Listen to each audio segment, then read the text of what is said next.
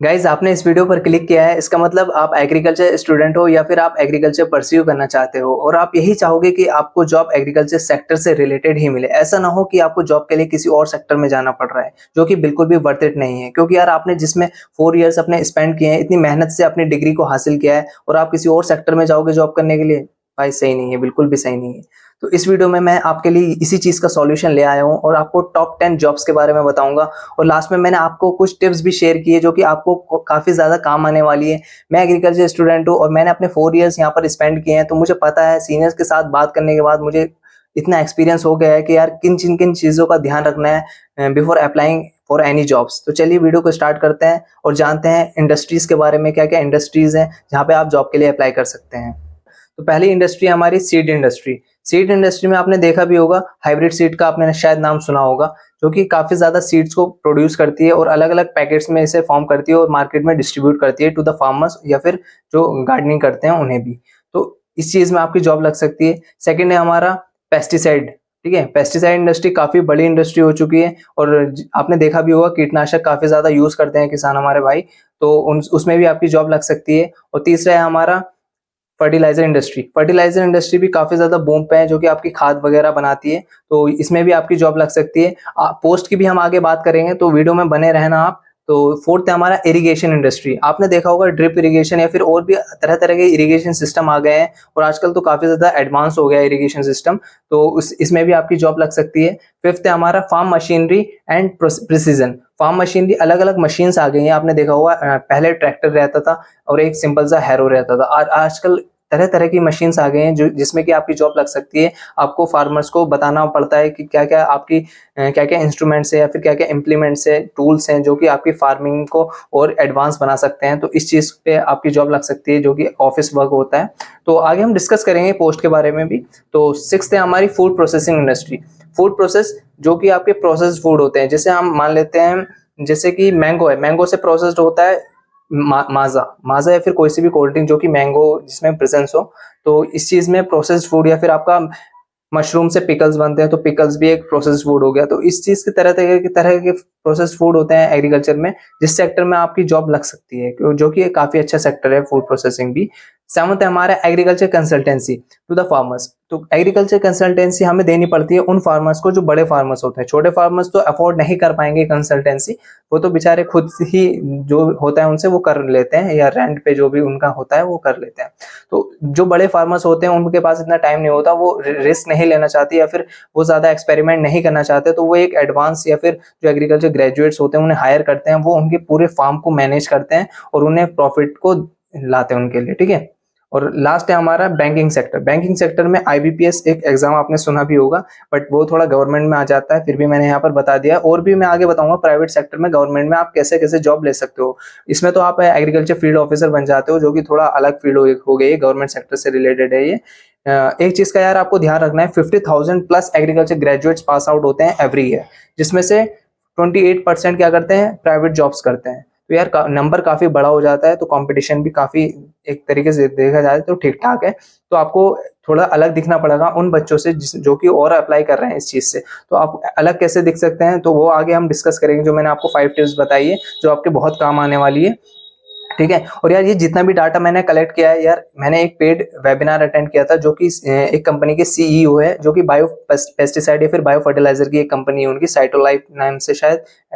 तो उस चीज से मैंने ये चीजें सारी कलेक्ट की है, तो अच्छी चीज थी, इसलिए मैंने सोचा यार आपके साथ शेयर करनी चाहिए, जिससे कि आपको आपका भी फायदा हो, आपको भी पता लगे कि प्राइवेट सेक्टर में भी काफी ग्रोथ है, काफी अगर आप अच्छे से काम करो तो इसमें प्रमोशंस होने के आपके काफी चांसेस बढ़ जाते हैं और एक्सपीरियंस भी बढ़ेगा। और स्टार्टिंग में जो मिल रहा है ना भाई, ले लो। प्राइवेट जॉब्स में आपको मिल रही है ना, तो आप स्टार्टिंग में ले लो, कम से कम एक्सपीरियंस तो होगा। ठीक है, तो काफी बेनिफिट आपका होने वाला है।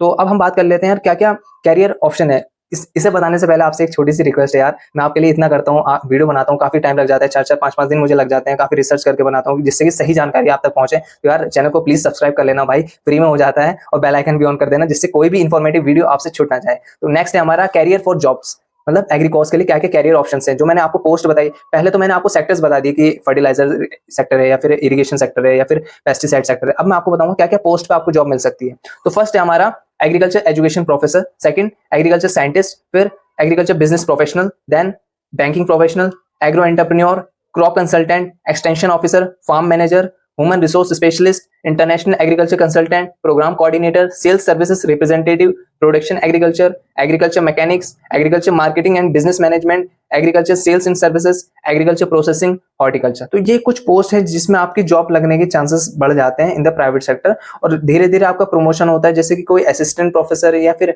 एग्जाम्पल के लिए मान लेते हैं असिस्टेंट कंसल्टेंट है, तो आगे जाके वो कंसल्टेंट बन जाता है। तो इस तरीके से आपकी एबिलिटी के हिसाब से आपका प्रमोशन होगा।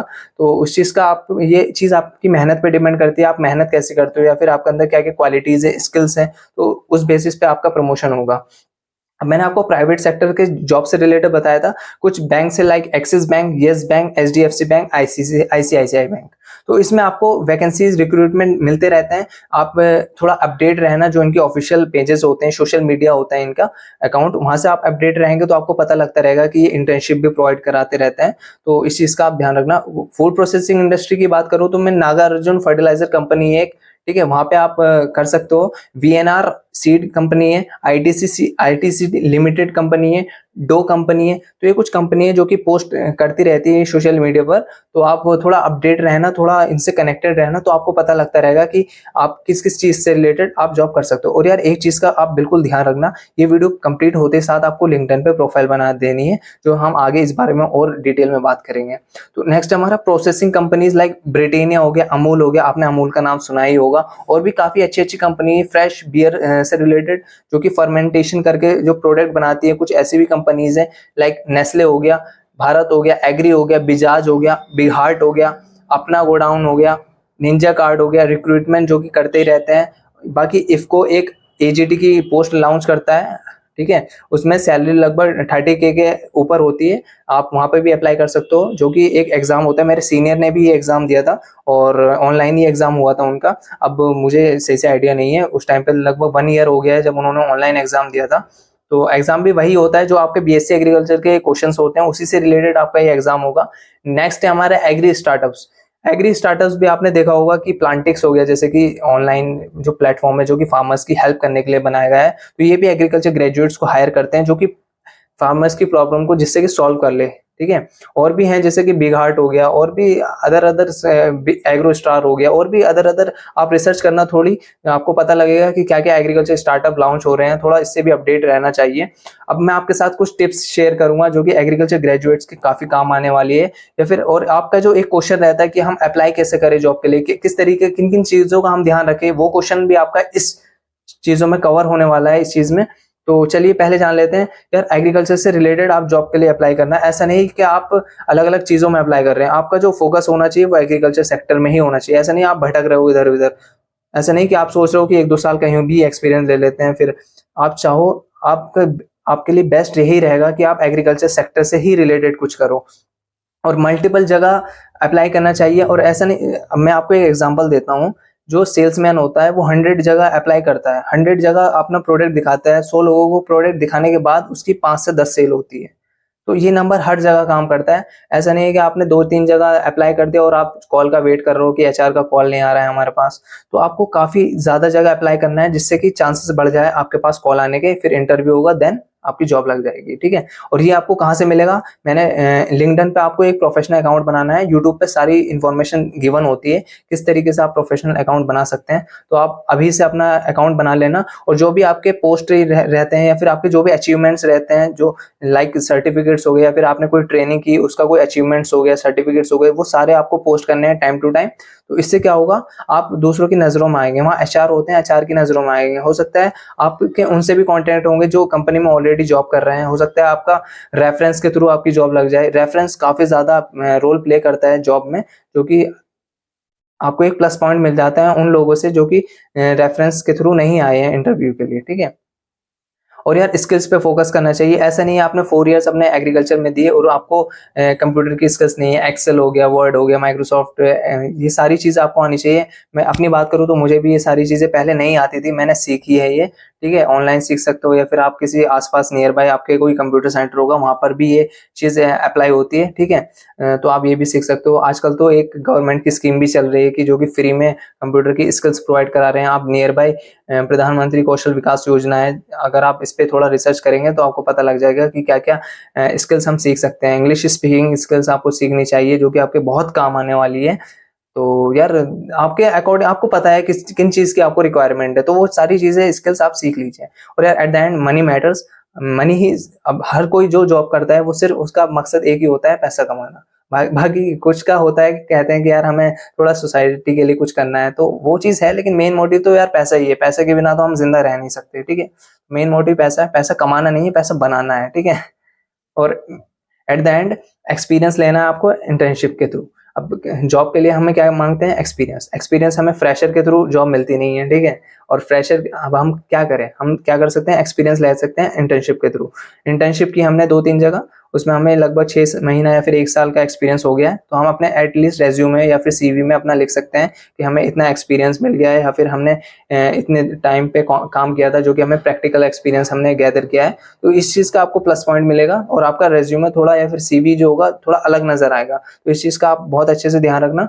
और जो कंपनी की अलग-अलग वेबसाइट मैंने आपको बताई है, और जो पोस्ट मैंने बताई है यार, और भी पोस्ट ज़्यादा है, मैंने लिमिटेड पोस्ट बताई है। मैंने एक तरीके से आपका माइंड को खोलने के लिए बताया था कि क्या-क्या पोस्ट हैं या फिर क्या-क्या सेक्टर्स हैं जिसमें आपकी प्राइवेट सेक्टर में जॉब लग सकती है। और ऐसा नहीं प्राइवेट सेक्टर बुरा है, प्राइवेट सेक्टर भी बहुत अच्छा है। ऐसे भी लोग हैं जो लाखों रुपए कमा रहे हैं प्राइवेट सेक्टर में। तो ये थोड़ा मिथ होता है जो कि अपने माइंड से आप निकाल देना।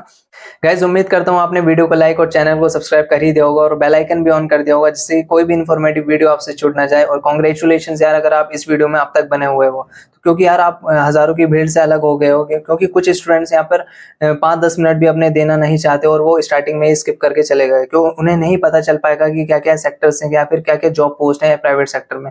कहते हैं ना कि छोटे छोटे एफर्ट से ही हमें सक्सेस मिलती है। ऐसा नहीं कि हम तुरंत हमें सक्सेस मिल जाएगी, छोटे छोटे एक्शन लेने पड़ते हैं, छोटे छोटे एफर्ट्स डालने पड़ते हैं, तब जाके हमें सक्सेस मिलती है। अगर आप इंटर्नशिप से रिलेटेड कोई वीडियो को चेकआउट करना चाहते हो, तो मैंने इंटर्नशिप की थी, आप ये वाली वीडियो चेकआउट कर सकते हो।